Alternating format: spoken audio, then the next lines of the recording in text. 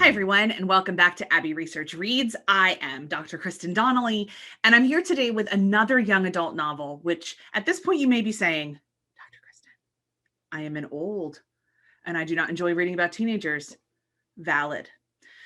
I try very hard to only bring you books in which I don't think you'll find this particular experience of reading or learning anywhere else.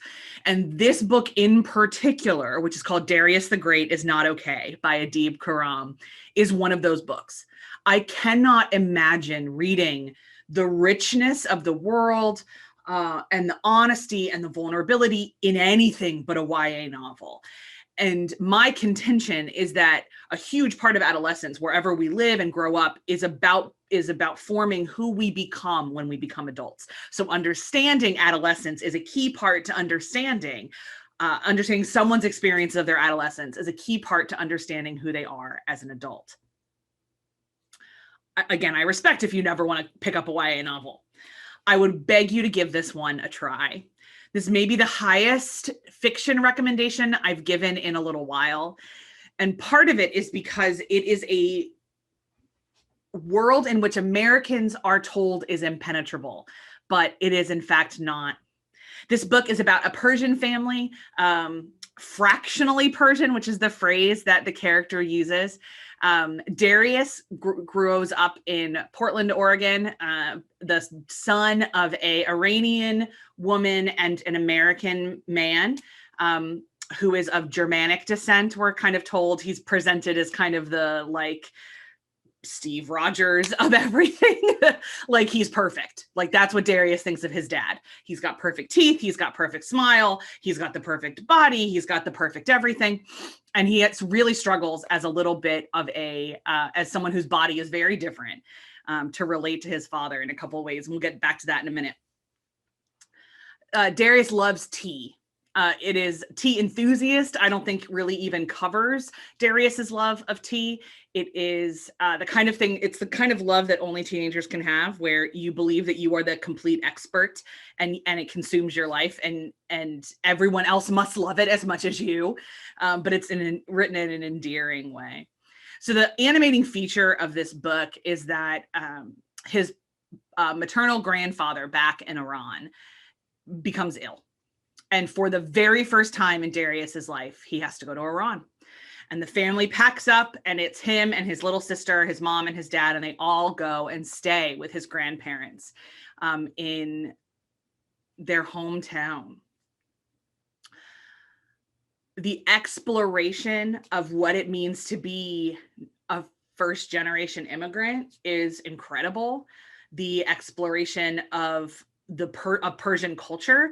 You know, Darius understands some things, but he only understands it as somebody who lives in the diaspora. He doesn't understand it as somebody who lives there. So it is a first person guide to an incredibly rich historical Persian culture. They go to Persepolis, for instance, and I've read about Persepolis and I know about Persepolis, but like reading it through a 17-year-old boy's lens who knows this is his culture and is trying deeply to embody it, but also feels completely foreign to it, was a gift. That's what this book is. This book is a gift. I learned lots about food. You all know how much I love reading about food.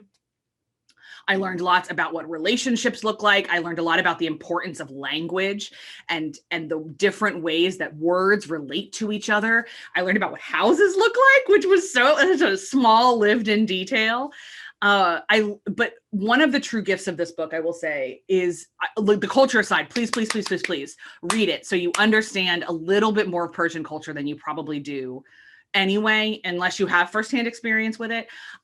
In the part of the world that I grew up in, which again is Philadelphia, and I kind of went to college during, so I was in elementary school during the Persian Gulf War, which I'm now fascinated to know what it's called over there. Perhaps the imperialist invasion, I'm not sure. And then I was in college during when President Bush sent us to war with Iraq, and Afghanistan and that whole kind of debacle. I was a sophomore in college when he declared war. So my public knowledge of that part of the world has been entirely tainted by the news and by the fact that I didn't know anybody from there for most of my life growing up. I wish I had read this book when I was a teenager. I desperately wish I had read this book when I was a teenager. Because even though I never bought into the whole everyone's a terrorist kind of thing that a lot of the news media and some people in my life wanted to shove down my throat, I certainly didn't have this level of activated empathy. I didn't understand what anything was. I didn't understand what anyway. Like, for instance, one of the characters is Baha'i in this book, and I had absolutely no idea that in Iran it's very difficult to be Baha'i, and there's a lot of persecution, both kind of politically but also socially, and what that means. No clue. I had no clue. But all of that aside, one of the true gifts of this book is that it is about depression in a teenage boy. It is about a teenage boy's body image, which we don't really ever talk about, but it's incredibly important to realize that so often we talk about body positivity as an entirely feminine movement, and it's not. It's an entire humanity movement. We are inside the head of a boy who is on medication for depression, but is incredibly ashamed of it, is told that he will be kind of mocked for it by his family when he goes back to Iran, because Iran is not a culture that understands mental health. And that happens. His grandfather is essentially like, what do you have to be depressed about? Figure it out. Darius is really good at trying to explain it. My brain doesn't produce the right chemicals, but it's not something his grandfather can grasp.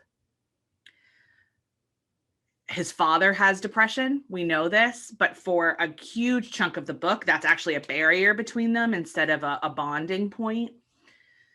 Adults apologize to Darius in this book, and he has to apologize to adults. I also kind of love, by the way, that he makes his very first friend, who's a local boy named Sahab, and every single adult in Darius's life knows that he's gay, except for Darius.